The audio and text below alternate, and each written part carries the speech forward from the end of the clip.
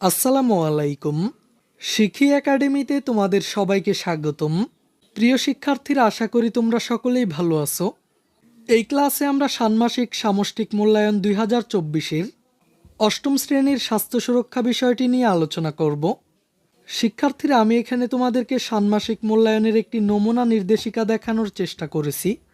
এখানে আমি তোমাদেরকে বেশ কয়েকটি গুরুত্বপূর্ণ কাজ দেখানোর চেষ্টা করব। তো চলো আমরা ক্লাসটি শুরু করি। তো প্রথমেই চলো আমরা কাজ 1-এর নির্দেশনাটি দেখে নেই। এখানে কাজ 1-এ বলা হয়েছে, মনে করো তোমার বিদ্যালয়ে ব্যক্তিগত পরিষ্কার পরিচ্ছন্নতা নিয়ে একটি সেমিনার অনুষ্ঠিত হবে। এখন তুমি সুস্বাস্থ্য অর্জনে পরিষ্কার পরিচ্ছন্নতা এই শিরোনামে একটি প্রতিবেদন তৈরি করো। এখানে আমি তোমাদেরকে এই কাজটির একটি নমুনা সমাধান দেখানোর চেষ্টা করেছি। প্রতিবেদকের নাম মোহাম্মদ রফিকুল ইসলাম।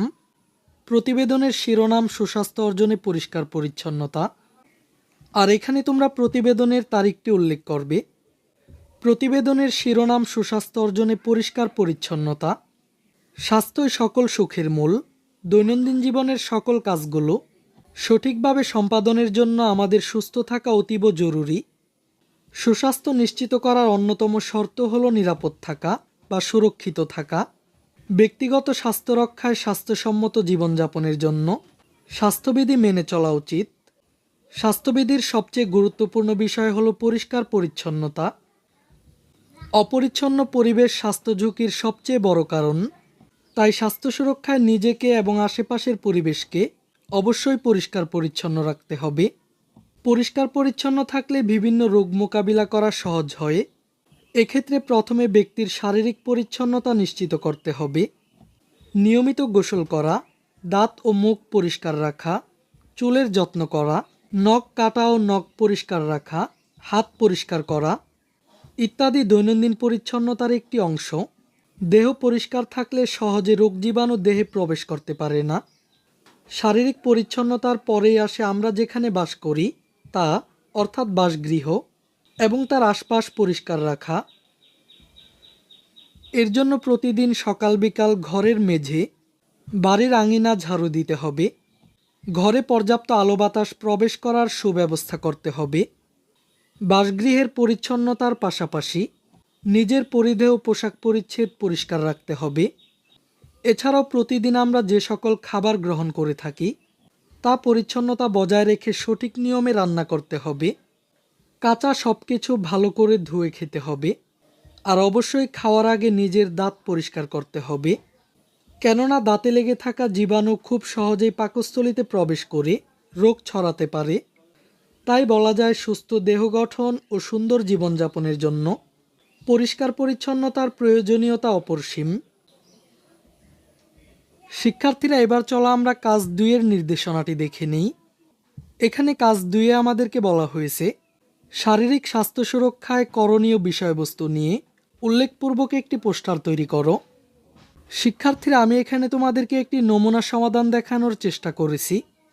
আমি এখানে তোমাদেরকে শারীরিক স্বাস্থ্য সুরক্ষায় করণীয় বিষয়বস্তু নিয়ে একটি পোস্টার দেখানোর চেষ্টা করেছি।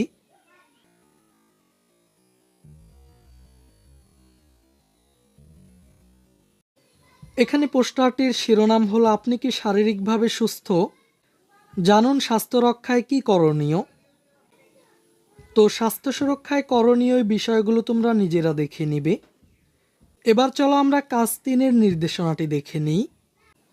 এখানে কাজ 3-এ বলা হয়েছে, খাবার প্রস্তুত কিভাবে করা হয়, কিভাবে পরিবেশন করা হয়, কিভাবে সংরক্ষণ করা হয়, খাবারের পুষ্টিমান বজায় রাখতে করণীয় কি, উদ্ধৃত খাবার কি করা হয়, খাবার প্রস্তুতিতে ও সংরক্ষণ প্রক্রিয়ায় তোমার ভূমিকা কি। তো আমি তোমাদেরকে এই কাজটিরও একটি নমুনা সমাধান দেখানোর চেষ্টা করেছি। এখানে প্রথমেই রয়েছে খাবার যেভাবে প্রস্তুত করা হয় এবং এতে যারা অংশগ্রহণ করেন।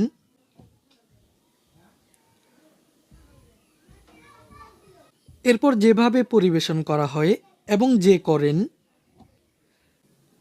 এরপর খাবার সংরক্ষণ যেভাবে করা হয় এবং যে করেন।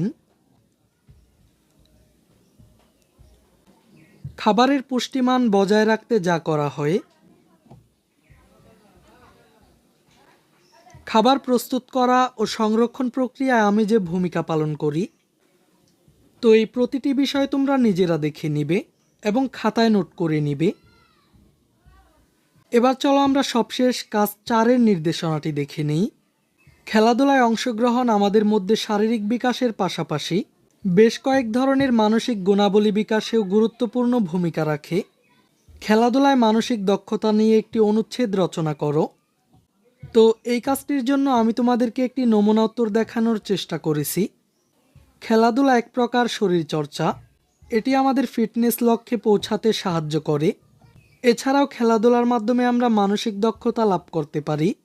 যেমন খেলাধুলায় অংশগ্রহণের মাধ্যমে আমাদের মধ্যে নেতৃত্বের বিকাশ ঘটে। দলগত খেলায় অংশগ্রহণের ফলে একাত্মবোধ, সহনশীলতা, অন্যের প্রতি শ্রদ্ধাবোধ ও সবাই মিলে একসাথে কাজ করার সক্ষমতা অর্জিত হয়। পাশাপাশি জয় পরাজয়কে আমরা জীবনের স্বাভাবিক ঘটনা হিসেবে গ্রহণের শিক্ষা পেয়ে থাকি। এর ফলে আমাদের মধ্যে দ্বন্দ্ব ব্যবস্থাপনা গুণটির বিকাশ ঘটে। হেরে গেলে ভবিষ্যতে আরও ভালো করার শিক্ষা। বাস্তব জীবনে ইতিবাচক দৃষ্টিভঙ্গি গড়ে তুলতে গুরুত্বপূর্ণ ভূমিকা রাখে। সুতরাং খেলাধুলায় অংশগ্রহণ শুধুমাত্র আমাদেরকে শারীরিকভাবে সক্ষম করে তোলে না, পাশাপাশি আমাদের মানসিক দক্ষতা অর্জনেও ব্যাপক ভূমিকা পালন করে। শিক্ষার্থীরা আশা করে এই কাজগুলো তোমাদের মূল্যায়নে সহায়ক ভূমিকা পালন করবে। এই ক্লাসে এই পর্যন্তই। পরের ক্লাসে আমরা পরবর্তী বিষয়ের মূল্যায়ন নির্দেশিকা নিয়ে আলোচনা করব।